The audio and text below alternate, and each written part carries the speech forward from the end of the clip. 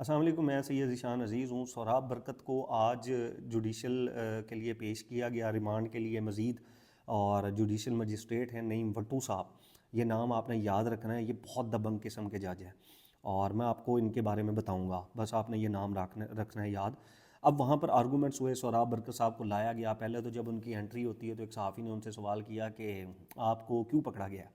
تو انہوں نے کہا جی مجھے بھی نہیں پتہ کہ مجھے کیوں پکڑا گیا ہے، آپ کو پتہ لگے تو مجھے بتا دیجیے گا۔ پھر انہوں نے کہا مجھے یہ بتایا گیا ہے کہ آپ نے ایک انٹرویو کیا ہے۔ تو وہ کہتے ہیں جی میں نے پھر این سی سی آئی اے والوں کو کہا ہے، ایف آئی اے والوں کو، کہ میں صحافی ہوں تو میں انٹرویو ہی کروں گا نا، اور اگر میں انٹرویو نہیں کروں گا تو پھر آپ مجھے ایف آئی اے کی نوکری دے دیں تاکہ میں انٹرویو نہ کروں۔ میں تو صحافی ہوں، میں انٹرویو ہی کروں گا، لاجیکل بات ہے۔ اب سہراب برکت صاحب کو پیش کیا گیا، وہاں پر شاکر روان صاحب، وہاں پر جو ہے وہ ظہیم لغاری صاحب بھی موجود تھے، اور بھی دوست وہاں پر موجود تھے۔ تو وہاں پر جج صاحب نے جو ہے پروسیکیوشن سے پوچھا کہ اب آپ کیا چاہتے ہیں؟ انہوں نے کہا جی ہمیں مزید ریمانڈ چاہیے۔ انہوں نے کہا جی آپ کو ریمانڈ کیوں چاہیے؟ انہوں نے کہا جی ہمیں ان کے موبائل میں سے ابھی چیزیں نکالنی ہیں، اور پھر سیاست ڈاٹ پی کے جو ہے وہ بین ہے پاکستان کے اندر، اور یہ جو سہراب برکت صاحب ہیں یہ سیاست ڈاٹ پی کے ساتھ ایفیلیٹ ہیں، وہاں پر کام کرتے ہیں، تو اس لیے ہمیں جو ہے وہ ریمانڈ چاہیے۔ اب یہ وجہ سن کر تو تھوڑا بہت میں بھی پریشان ہوا، میں قانون زیادہ نہیں جانتا، لیکن وہ آنر تو نہیں ہے سہراب برکت۔ اگر تو آنر ہو، وہ تو ایک امپلائی ہے کسی جو ہے وہ ڈیجیٹل میڈیا کے ایک ویب سائٹ ہے، اس کا ادارہ ہے، اس کے وہ امپلائی ہیں سیاست ڈاٹ پی کے، اور اگر آپ نے اس کو بین کیا ہوا ہے اپنی وجوہات کے تحت، یا آپ نے اس کے کانٹینٹ کی وجہ سے اس کو بین کیا ہوا ہے، تو اس کے لیے سہراب برکت کیوں ریمانڈ دے گا؟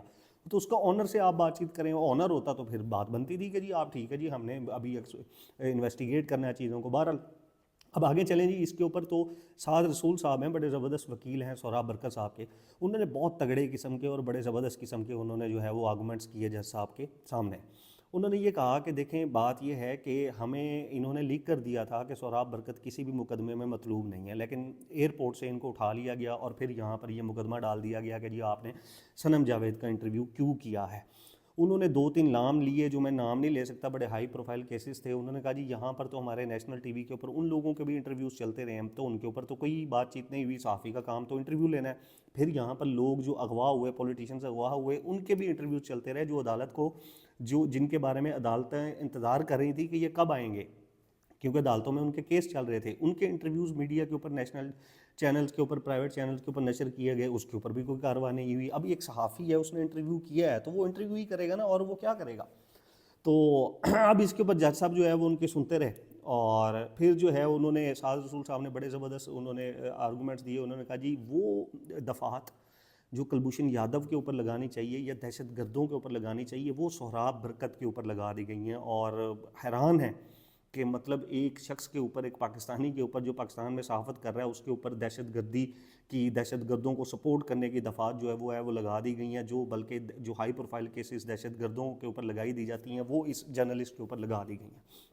اب اس کے اندر جو ہے وہ سعد رسول صاحب نے آرگومنٹس دیے، اور پھر جج صاحب جو ہیں وہ انہوں نے پھر یہ جو کیس ہے وہ نعیم وٹو صاحب جو ہیں وہ انہوں نے ان کو جوڈیشل کر دیا، اور مزید جو ہے وہ ریمانڈ نہیں دیا۔ میں نے آپ کو کہا تھا کہ جج صاحب کا آپ نے نام یاد رکھنا ہے، یہ نعیم وٹو صاحب ہیں جی، اور میں نے ان کے پاس بڑے کیسز دیکھے ہیں، بلکہ ہمارا ہی ایک اردو پوائنٹ کا بھی کیس تھا تو وہ بھی ان کے پاس تھا، ایف آئی اے نے وہ کیس کیا تھا، فراز نظام ہے ہمارے کرائم رپورٹر ہیں، ان کے اوپر کیا تھا، اس سے پہلے عمران ریاض صاحب تھے، اور بہت سے کیسز تھے۔ تو میں نے یہ نوٹ کیا ہے کہ نعیم وٹو صاحب پریشر میں بہت کم آتے ہیں، مجھے نہیں نظر میں آیا کہ وہ پریشر میں آتے ہیں، لیکن وہ جو ہے وہ فیصلہ کر دیتے ہیں، کبھی ایک آدھی تاریخ دیکھ کر دوسری تاریخ میں وہ فیصلہ جو ہے وہ نپٹا دیتے ہیں وہ، اور یہی انہوں نے سہراب برکت صاحب کے ساتھ کیا۔ انہوں نے مزید جو ہے وہ اس کا ریمانڈ نہیں دیا، کیونکہ وہ جس طرح کی ایف آئی آر ہے اور جس طرح کی باتیں ہیں اس کو اوپر تو بنتا ہی نہیں تھا، اور مطلب صحافیوں کو جو ہے وہ خاموش کروانے کی کوشش کی جا رہی ہے، صحافیوں کا کسی طریقے سے منہ بند ہو جائے۔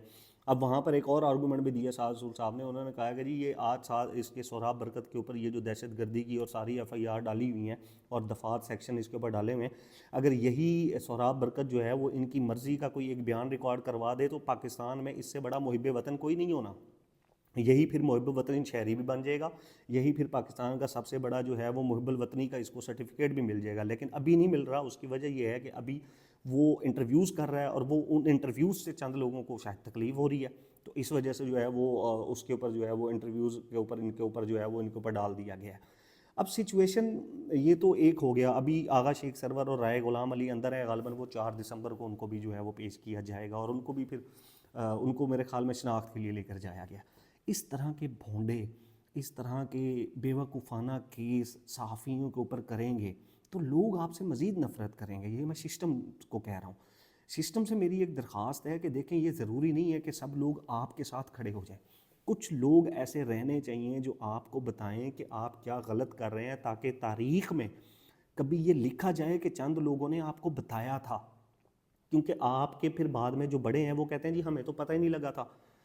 تو کچھ آوازیں ایسی رہنے دیں جو آپ کے مخالف آوازیں ہوں, جو آپ کو چیزوں کا بتائیں کہ یہ چیز خراب ہو رہی ہے, آپ یہ چیز خراب کر رہے ہیں. یہ ضروری نہیں ہے کہ ہر آواز آپ ہی کے ساتھ آ کر کھڑی ہو جائے. تو میری تو یہ درخواست ہے کہ صحافیوں کو تھوڑی سی صحافت جو ہے وہ کر لینے دیں. وہ جو تھوڑا بہت بولتے ہیں, پہلے ہی صحافت کا گلا دبا دیا گیا. آدھے سے زیادہ صحافی جو ہے وہ پاکستان سے باہر جا کر بیٹھ گئے ہیں. جو یہاں پر بیٹھے ہیں وہ صرف دھمکی دینے کے لیے بیٹھے ہوئے ہیں. وہ آتے ہیں اور اپنے ولاگ میں دھمکیاں دیتے ہیں جماعتوں کو, پی ٹی آئی کو دھمکی دیتے ہیں. جب کل کو وقت جو ہے وہ بدلے گا تو وہاں سے کوئی صحافی کھڑے ہو کے دوسری نون لیگ کو, پیپلز پارٹی کو دھمکیاں دینا شروع کر دیں گے. تو کچھ صحافی جو نیوٹرل صحافی ہیں, جو ایکچوئل جو ہو رہا ہے اس کو دیکھ کر جو وہ بولنا چاہ رہے ہیں ان کو بولنے دیں.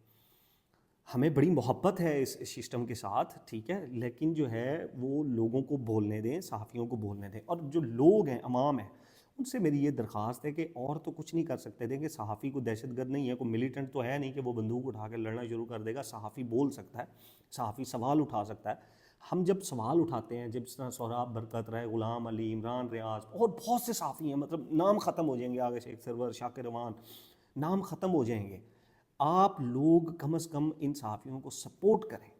جب ان کے اوپر مشکل وقت آتا ہے تو ان کو سپورٹ کریں, ان کے بارے میں پوسٹ کریں, ان کے بارے میں ٹویٹ کریں, تاکہ جتنا یہ نظر آئیں گے گورنمنٹ کے اوپر پریشر بنتا ہے, سسٹم کے اوپر پریشر بنتا ہے, اور سسٹم پریشر میں آ کر پھر ان کو ریلیز کر دیتا ہے.